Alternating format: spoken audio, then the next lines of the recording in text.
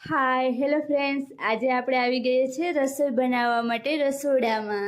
આજે આપણે પુડલા બનાવવાના છે મીઠા. તો સૌપ્રથમ આપણે ઘઉંનો લોટ અને પાણી લેશું અને તપેલીમાં આપણે સારી રીતે મિક્સર કરશું.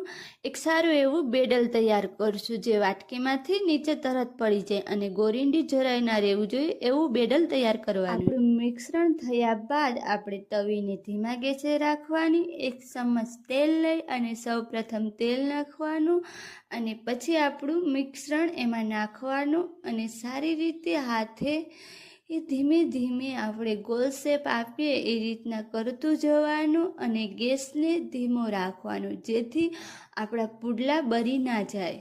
ગોલ શેપ અપાઈ જાય બાદ આપણે 1 ચમચી ફરી તેલ લેવાનું અને પુડલાની ચારે કિનારે એ તેલ થોડું થોડું નાખી દેવાનું.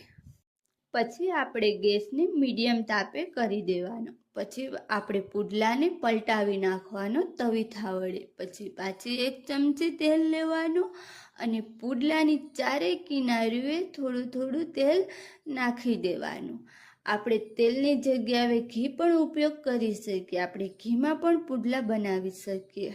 જો આપણે ઘીમાં બનાવવા હોય તો ઘીમાં પણ બનાવી શકીએ અને તેલમાં બનાવવા હોય તો તેલમાં પણ બની શકે છે. ફરી પુડલાને પલટાવી થોડી વાર રહેવા દીધો અને પછી મેં ઉતારી લીધો અને પછી એમાં ખાંડ ઉમેરી. કેમ કે મેં ગોળના નહોતા બનાવ્યા.